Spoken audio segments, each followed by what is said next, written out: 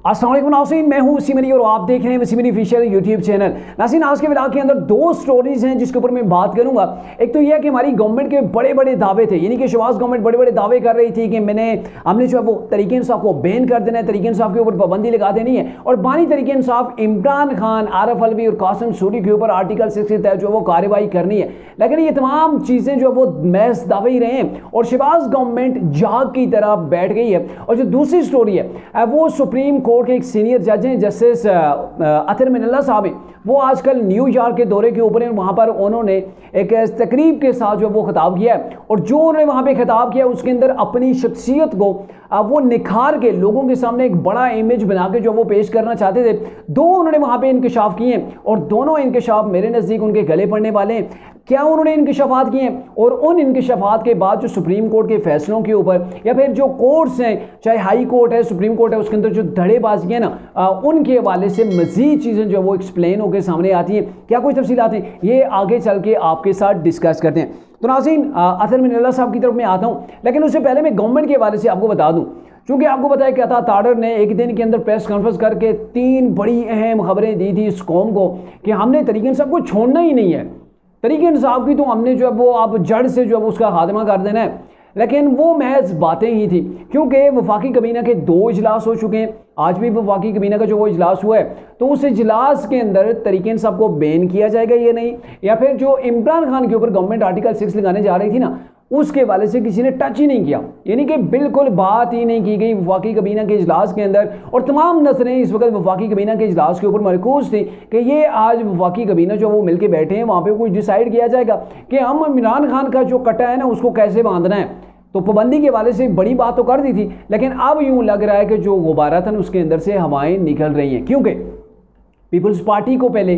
मुस्लिम नून की जो गवर्नमेंट है, इन्होंने उनको एतमाद के अंदर नहीं लिया। आप इधर से पाबंदी तरीके इंसाफ के ऊपर लगाने जा रहे हैं और दूसरी जनब अपने जो पार्टी के रहनुमा हैं, साद रफीक टाइप के जो लोग हैं, वो मुखालफत कर रहे हैं कि कोई भी सियासी पार्टी हो उसको जो वो बैन नहीं किया जाना चाहिए। ये जमहूरी इक़्तिदार की जो वो खिलाफ है। कहने का मतलब यह है कि एक अलमिया है, मुस्लिम नून के अंदर एक अलमिया मौजूद है कि आप जब बैठ के किसी चीज़ को डिस्कस करें उसके बाद ही जो वो आप उसको पब्लिक के सामने लाएं और उसके ऊपर जो वो प्रैक्टिकली अमल करें। लेकिन यह ना कि आपने अता ताडर से वो बड़ी तगड़ी किस्म की प्रेस कॉन्फ्रेंस तो करवा दी, लेकिन अब क्या है कि आप तो ना तो आर्टिकल 6 की बात हो रही है और ना ही जो है वो आपके पास पाबंदी लगाने का जो है वो आपको कोई वो चांसेस नज़र आ रहे हैं, नहीं आपने उसके ऊपर होमवर्क मुकम्मल किया था। पीपल्स पार्टी अपनी जगह वो तनकीद करती रही है। पीपल्स पार्टी के कायदीन ने जो वो सामने आके जो लीडरशिप है, जिनको बोलने का टारगेट दिया हुआ है, अब लाजमी नहीं कि आसिफ जरदारी या फिर बिलावल भुट्टो ही फ्रंट के ऊपर आएंगे और किसी चीज़ की तरदीद करेंगे या किसी चीज़ की ताहीद करेंगे। लेकिन यह कि उन्होंने जो कुछ कहलवाना होता है ना, वो अपने आगे जो लोग उन्होंने छोड़े होते हैं, चाहे शेरी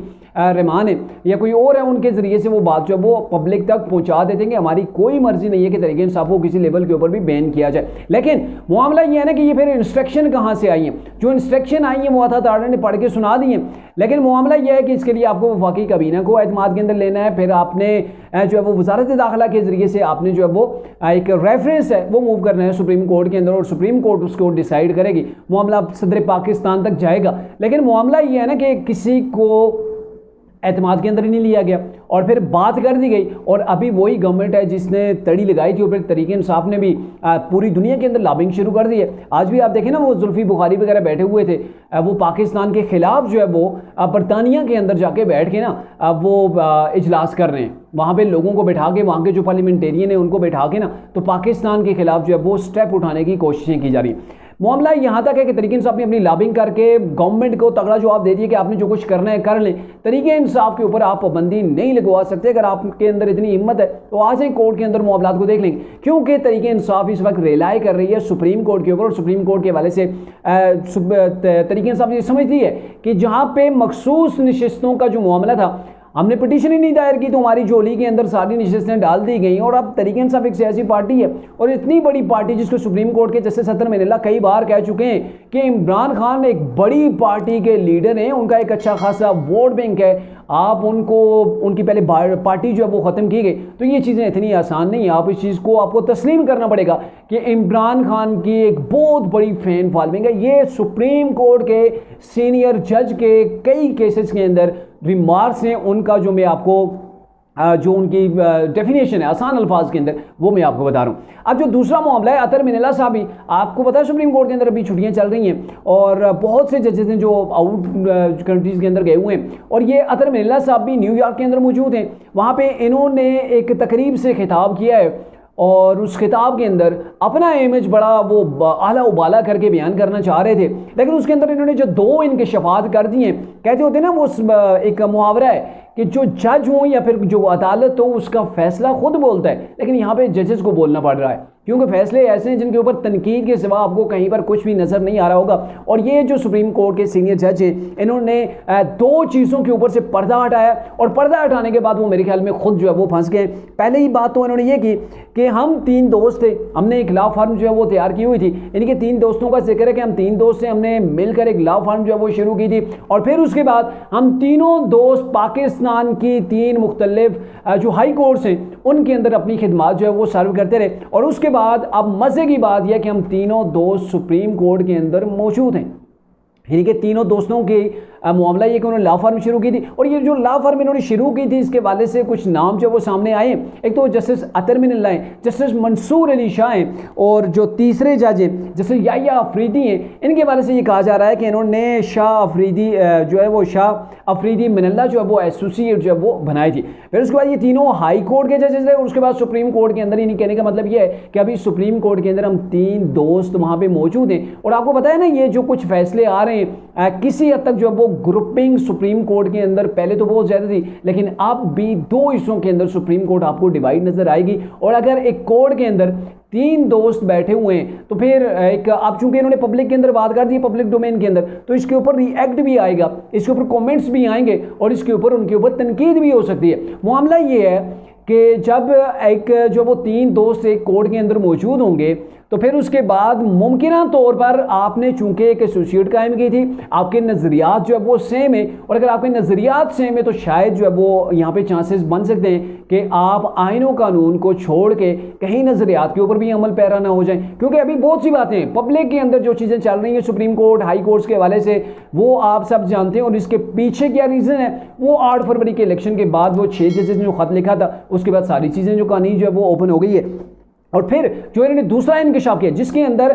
खुल के जो है वो इन्होंने चीज़ें बयान कर दी, जिसके अंदर इन्होंने कहा जी जो 6 जजेस थे ना जिन्होंने जो इस्लामाबाद हाई कोर्ट के थे, जिन्होंने ख़त लिखे थे सुप्रीम कोर्ट को कि जो है वो फ़ौज जो है वो या फिर इस्टेब्लिशमेंट है मुदाखलत कर रही है, अपनी मर्ज़ी के हमसे फ़ैसले ले रही है, हमारे बेडरूम्स के अंदर जो है वो कैमरे वगैरह वो लगाए जा रहे हैं, फिर हमारी फैमिली के लोगों को बैठा के उनको धमकाया जा रहा है कि ये फ़ैसला ऐसे आना चाहिए। तो ये जज साहब फरमा रहे हैं, जस्टिस अतर मिनल्ला साहब न्यूयॉर्क के अंदर वहाँ पे खड़े होकर ये फरमा रहे हैं कि वो जो 6 जजेस थे उनमें से जो 5 हीरे हैं ना, जो 5 जो तराशे हुए जो हीरे हैं वो मेरे तराशे हुए, उनको मैंने जो है वो इस्लामाबाद हाई कोर्ट के अंदर लाया था। यानी कहने का मतलब यह है कि इन्होंने कहा जी मैंने छानबीन करके बड़ी मेहनत करके बड़ी तसल्ली के साथ इन जो जजेस हैं जिन्होंने जो वो लेटर लिखे थे सुप्रीम कोर्ट को, इनमें से 5 मेरे ही इनके तैनात किए हुए, यानी कि सुप्रीम जो हाई कोर्ट है उसके अंदर जो है वो हमने लाए हैं, तो एलिवेट जो किए हुए हैं तो वो मेरे किए हुए हैं। तो आप अंदाज़ा लगाएं कि जो हाई कोर्ट है 6 जजेस अगर खत लिख रहे हैं इस्टेब्लिशमेंट के खिलाफ कि इस्टेब्लिशमेंट इंटरफेयर कर रही है हमारे फैसलों के अंदर, और जैसे बाबर सिद्धार का मामला तो बड़ा ओपन है जिसके अंदर उन्होंने कहा था, मैंने पहले बता दिया था अपने ग्रीन कार्ड के हवाले से, मैंने जस्टिस अतर मिनल्ला को बता दिया था तो इन्होंने इसके ऊपर कोई रिएक्शन नहीं दिया था। तो मामला ये है कि वो 6 जजेस एक ग्रुप की सूरत इख्तियार कर रहे हैं, फिर यही मामला आगे सुप्रीम कोर्ट के अंदर बढ़ता है। कहने का मतलब यह है कि यहाँ पे वो ग्रुप पाया जाता है जो 6 जजेस जो अभी वो फैसले कर रहे हैं, और पब्लिक के अंदर भी तासर है, और आप भी देख रहे हैं कि वो तरीके इंसाफ को काफ़ी हद तक उनके फैसलों से फ़ायदा हो रहा है, तरीके इंसाफ काफ़ी जो है वो रिलीफ हासिल कर रही है। और रिसेंटली जो मखसूस नशिस्तों के ऊपर सुप्रीम कोर्ट के अंदर से फैसला आया है तो फिर आप उसको भी देख लें कि उसके अंदर भी 8-5 की तनासब जो फैसला आया है तो उसके अंदर आप देख लें कौन कौन से वो जजेस हैं जो जिन्होंने ये फैसला दिया था तरीके इंसाफ के हक़ के अंदर मखसूस नशिस्तों के हवाले से। तो फिर जब ऐसी ग्रुपिंग होगी और आपने अपने मनपसंद लोगों को सामने लाया होगा, आपके दोस्त आपके साथ बैठे होंगे, और फिर जब आप फैसला दें और फैसला ऐसा हो जो आईन और कानून के मुताबिक नहीं हो, यानी कि तरीके इंसाफ के जो नुकसान हुआ उसका इजाला किया जाए बगैर उनकी किसी पिटीशन के, तो फिर ऐसे फैसलों को फिर जो गवर्नमेंट ज़ाहिर चैलेंज करती है, फिर रिव्यू पिटीशन उनके ऊपर जो वो फाइल होती हैं। तो कहने का मतलब ये है